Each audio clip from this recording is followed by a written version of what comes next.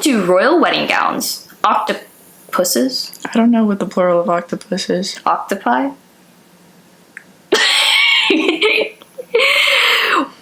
Anyways, what do royal wedding gowns, octopi that look like aliens, and the invention of the aquarium have in common?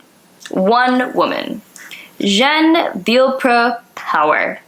Today we're diving into the story of a self-taught scientist who defied the odds, turned her home into a marine lab, and changed the way that we study ocean life. Intro. Do do do do do.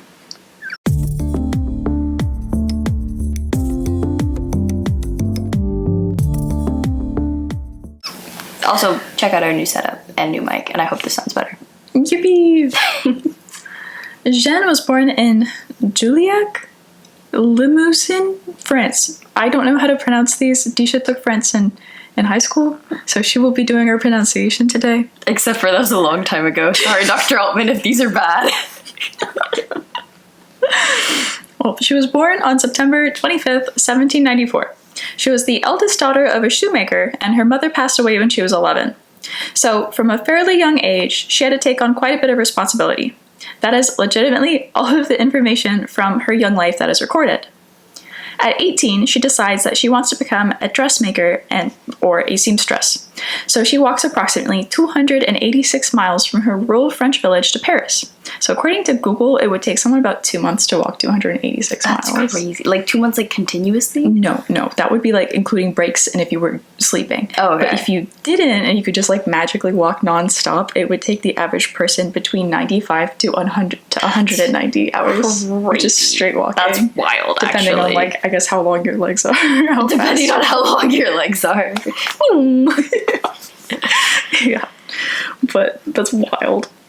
So Jeanne was traveling with a male cousin who was assigned to guard her and escort her to Paris. But part of the way there, he assaulted her and basically left her for dead. So not a super great start for Jeanne. That's awful. That's crazy. Yeah, but Jen's a survivor.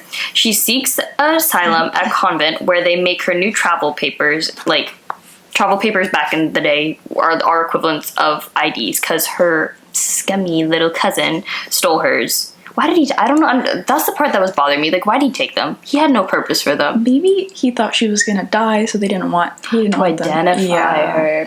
That's smart. Because I was thinking about, I was like, why did he just like take the papers? He thought she was gonna like roll over him. So she's back on her way to Paris on foot again, which is wild. But this time she does actually make it to the city, and someone had stolen the dressmaker position that she was promised. And the only job she could find was a dressmaker's assistant, which she did for 4 years. But imagine like walking 2 months to Paris, and then the job you think you're gonna get is just stolen, and then you have to be an assistant. I would cry. Yeah. Especially in this economy. It's not like you can turn around and walk back. No, you can't. But despite not getting the original position she wanted, Jeanne ends up actually making wedding dresses for French royalty. It's very fancy, so she apparently like was at the wedding, like actively dressing, I think it was Princess Caroline. Yeah. And she was like putting the dress on her, which I don't know how you can do as a dressmaker's assistant, but that's cool. And at that wedding, she meets her future husband, Mr. James Power, who was an English merchant. And then they fell in love, and they got married in 1818, and then they moved to Sicily. Yippee! While living in Sicily, Jeanne fell in love with nature on the island. She read books to teach herself about natural history, archaeology, and geology, which was as close as she could get to formal scientific education at her time. She wanted to study the island's ecosystem, so she cataloged many of the island's marine and terrestrial animals. In the beginning, she actually wanted to take an inventory of every single animal on the island, both marine and terrestrial. She made physical observations of the animals, experimented with them, and quickly became fascinated with the Argonaut. I did not know what Argonaut was when we started this. I didn't know the Argonauts were animals. I'm thinking of like Jason and the Argonauts. Like, yeah. I always associated like Argonauts with do you know what 2000 Leagues Under the Sea is? Was it like a show? I think it got turned into a movie, but it was originally a book. And then honestly, I think most people our age probably wouldn't know that. But my dad's weird and made me read it. But they like explored the ocean and everything. And I think maybe the Beatles wrote a song about it also. But like the Argonauts like explored the ocean, and I thought that they were just like ocean explorers. Like, I see, like people. Not octopuses. Octopi. I think you can do both. So it depends on the species also. So if it's one or the other, I can't remember. Either it's multiple different species or octopuses, and then all of the same species is octopi. That would make sense. Oh yeah, oh my god, actually me and Blake were having a conversation about this because I was like, oh my god, look at all those fish. And he's like, I bet those are fishes. I was like, what? And then that one's not true. That one's just fish. He said like the species thing too, like if they're different species, it might count as like, you could say fishes if there's different groups of different fish. Maybe it is actually. I think so, because that makes the same sense as the octopi. And the octopuses. But I was like, I was like confused by this because I know my animals, my creatures. I took marine biology. We're shouting out all of my high school teachers. Shout out to Miss Roop for teaching me about marine biology. But I know my octopuses. I know my horseshoe crabs. That's not a cephalopod. What are the other cephalopods? Cuttlefish, squids, Orthoceras, those are extinct. Nautilus, those are not extinct. Ammonites, those are extinct. But I know all of them. I have Orthoceras and Ammonite fossils. High school offered some crazy classes, man. That was just me. That was my special interest. My special interest was also the marine animals. I have so many fossils.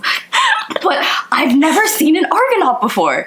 And it's abnormal for me to not know a marine creature. Anyways, that's my rant. But these Argonauts, they look like aliens. They don't even look like they're supposed to be in the shape that they are. I was looking at images of them. Insert image of Argonaut.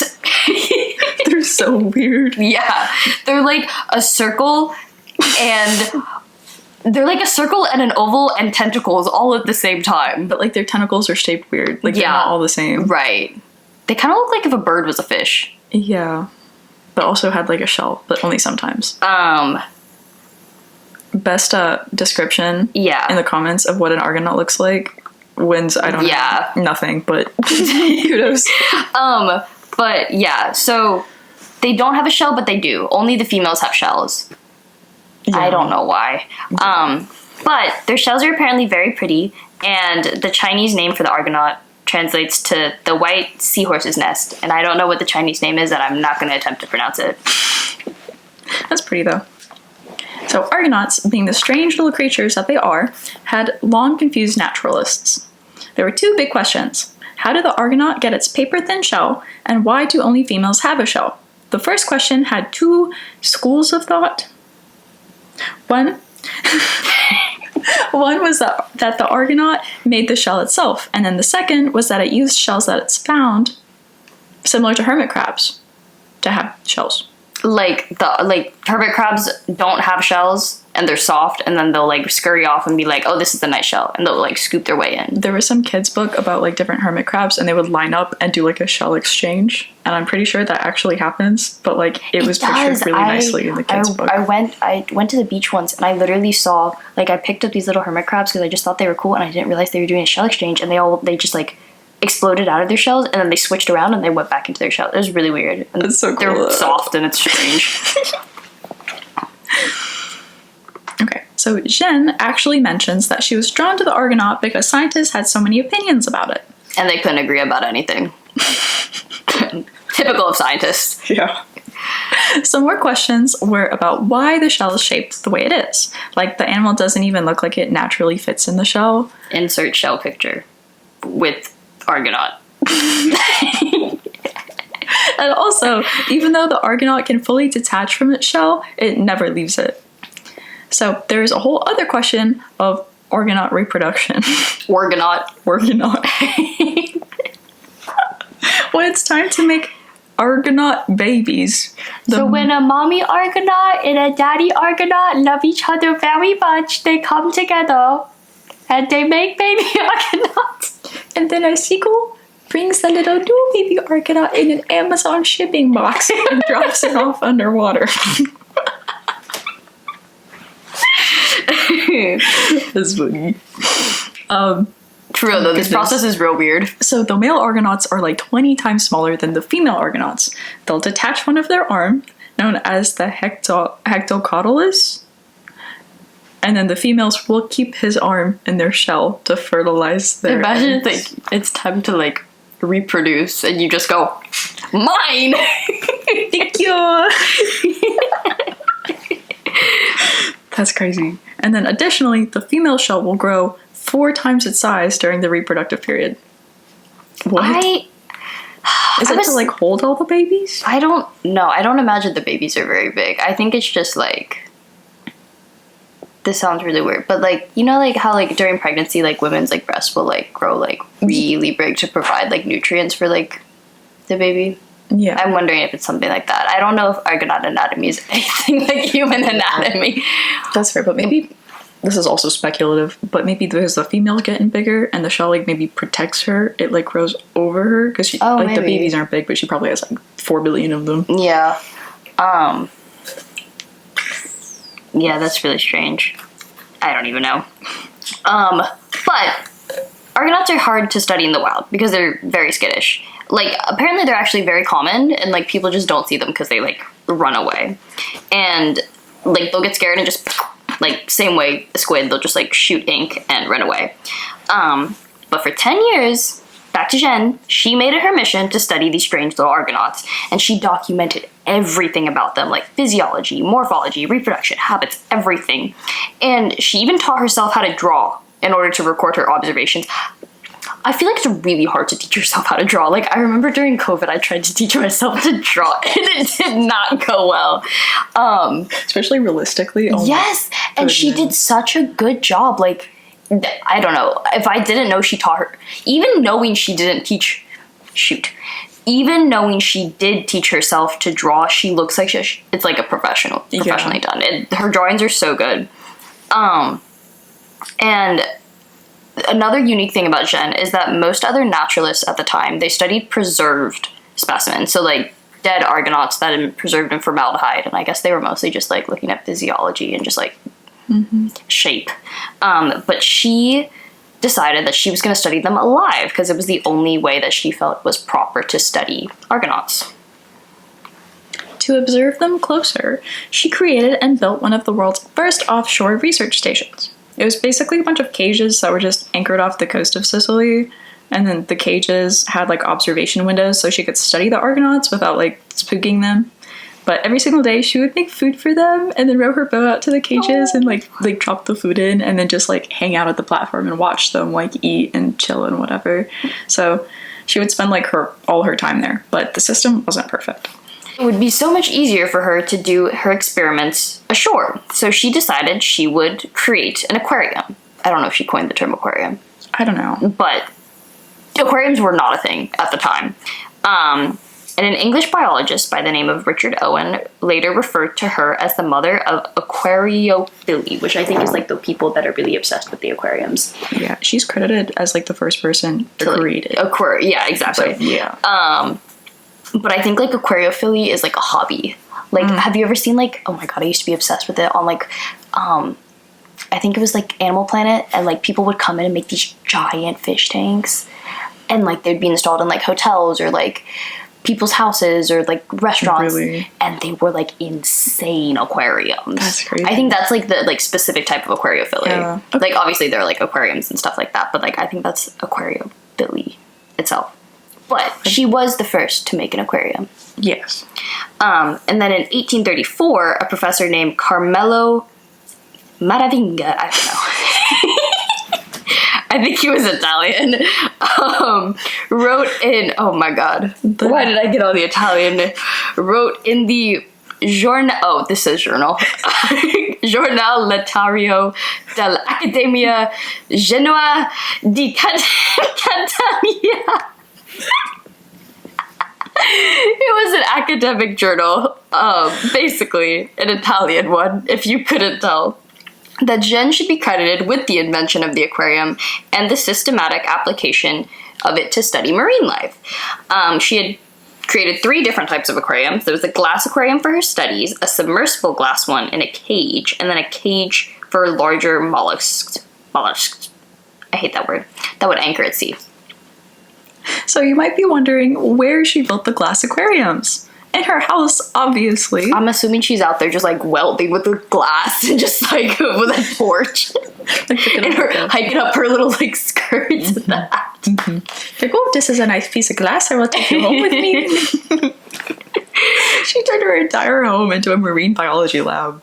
She stacked large tanks that contained living argonauts, and she was able to conduct experiments and observations here, such as magnifying eggs and shell fragments under her microscope.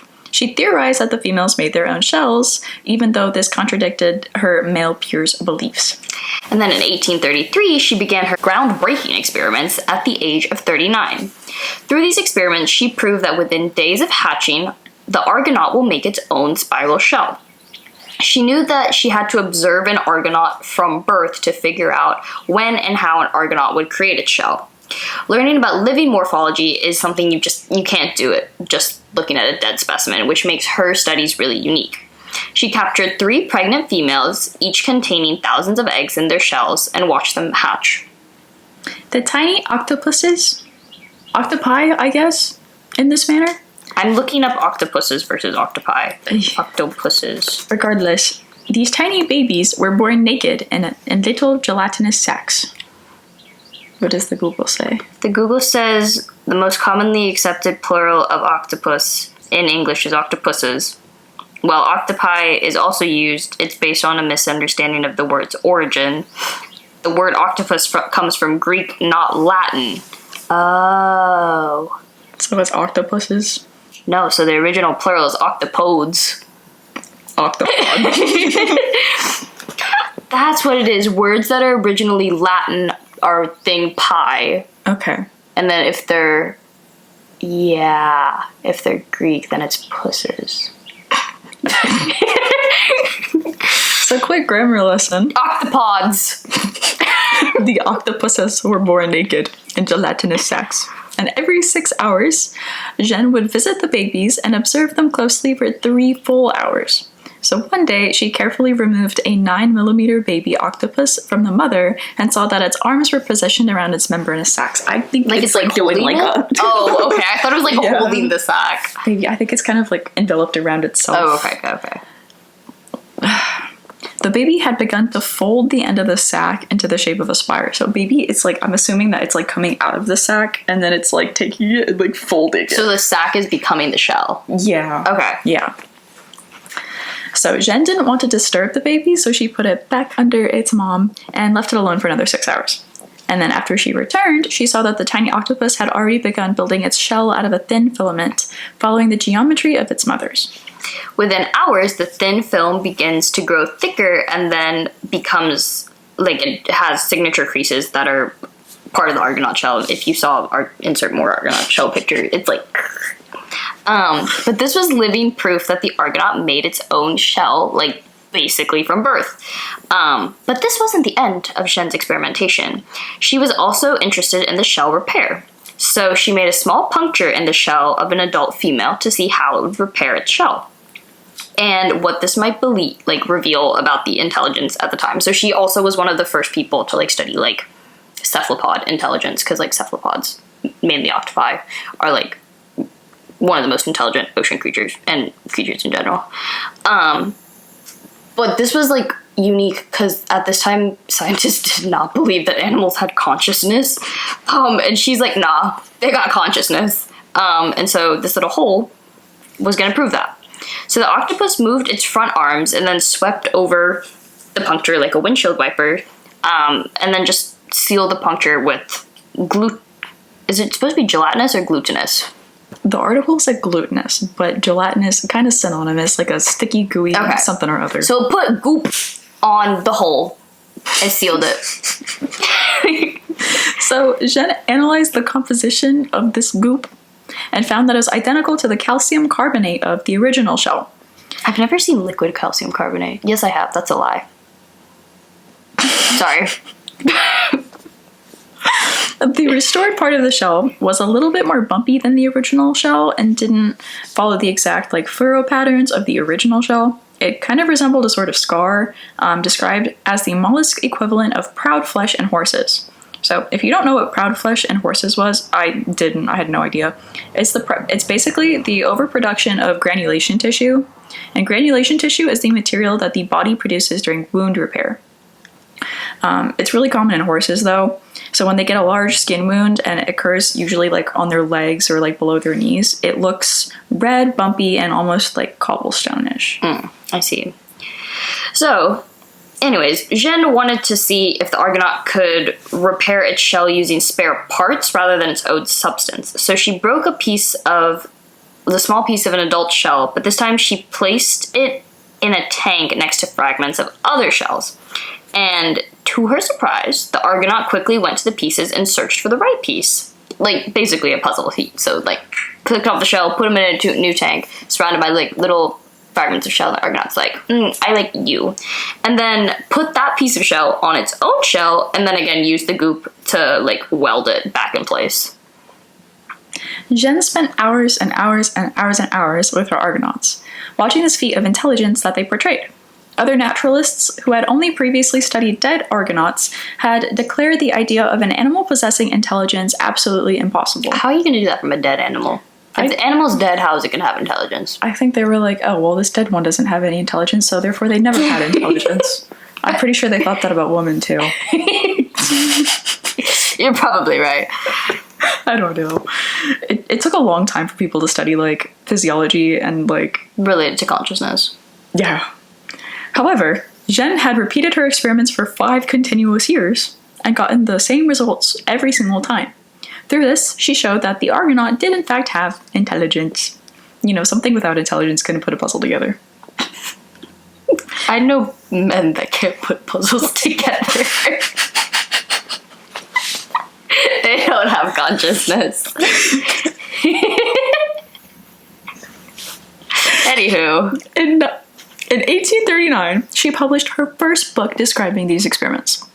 So women at the time were not allowed to publish, basically. They weren't allowed in scientific establishments, universities, society, etc. And so her research traveled literally by word of mouth.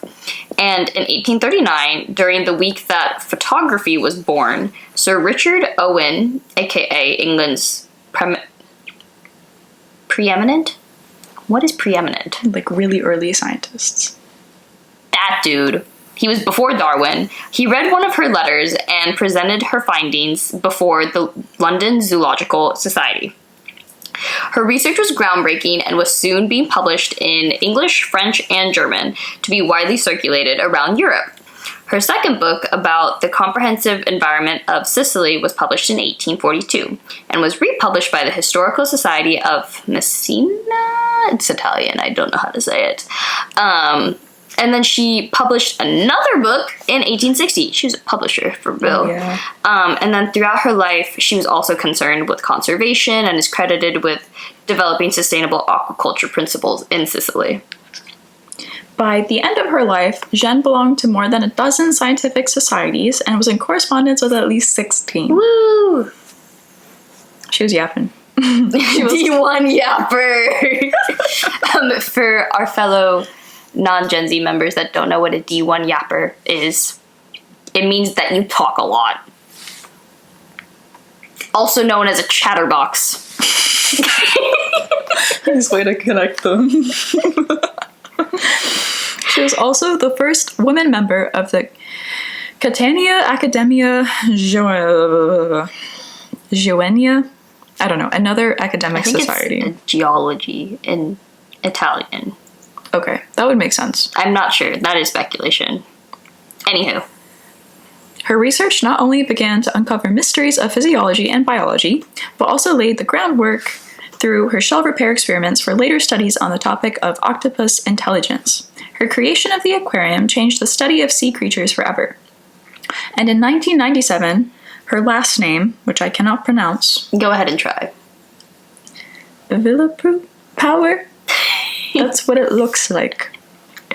Was given to a crater on Venus discovered by the Magellan probe. Magellan? Girl, please. I never said I had consciousness either.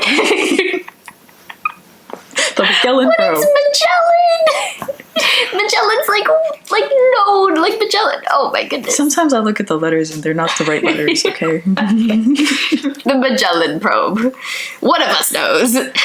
I wrote it, I swear. I just can't read it. So Jeanne and her husband left Sicily in 1843. During the transit, she lost a lot of her collections, records, and other scientific materials after the ship that carried those items sank, unfortunately. And although she continued to write, she didn't She didn't do any more research. She and her husband spent their time between Paris and London, and she actually ended up fleeing Paris during the siege by the Prussian army in the winter of 1870, where she returned to Chiliac, I think, and then she shortly passed away in 1871. Dude, that must have been like the heartbreak of a century. Like all of your research. Yeah. Yeah. I would have been like, man, put me down with that shit. Like, and she did it like for 5 years consecutive. I couldn't even manage to replicate my experiment once in 3 months, and she did it for 5 years. That was just the one experiment. That wasn't even everything. Like, that's wild. That would make me so sad. I would crash out. Yeah. Jeanne walked hundreds of miles to chase a dream, survived unimaginable hardship, and transformed her home into a laboratory that would reshape marine science forever. At a time when women were barred from spaces, she built her own. Her brilliance, curiosity, and belief that living things should be studied while alive pushed science forward in ways that few recognized during her time. But here we are, nearly 2 centuries later, still in awe of the strange little Argonaut and the extraordinary woman who saw its story worth telling. Jeanne's legacy reminds us that curiosity can be revolutionary, and that sometimes the most world-changing science starts not as an institution, but in the hands of someone who simply refuses to stop asking questions. Wow, you made that sound so nice. Thank you. Mine don't. When I write them, they don't sound that good. Well, let us know what you think about Jeanne and our new microphone. Oh my god, yeah. So sorry that the last episode sounded like it was in a spaceship. We were trying to give you the 4D experience of Valentina Tereshkova. All you had to do was like sit in front of like an air condition. Okay,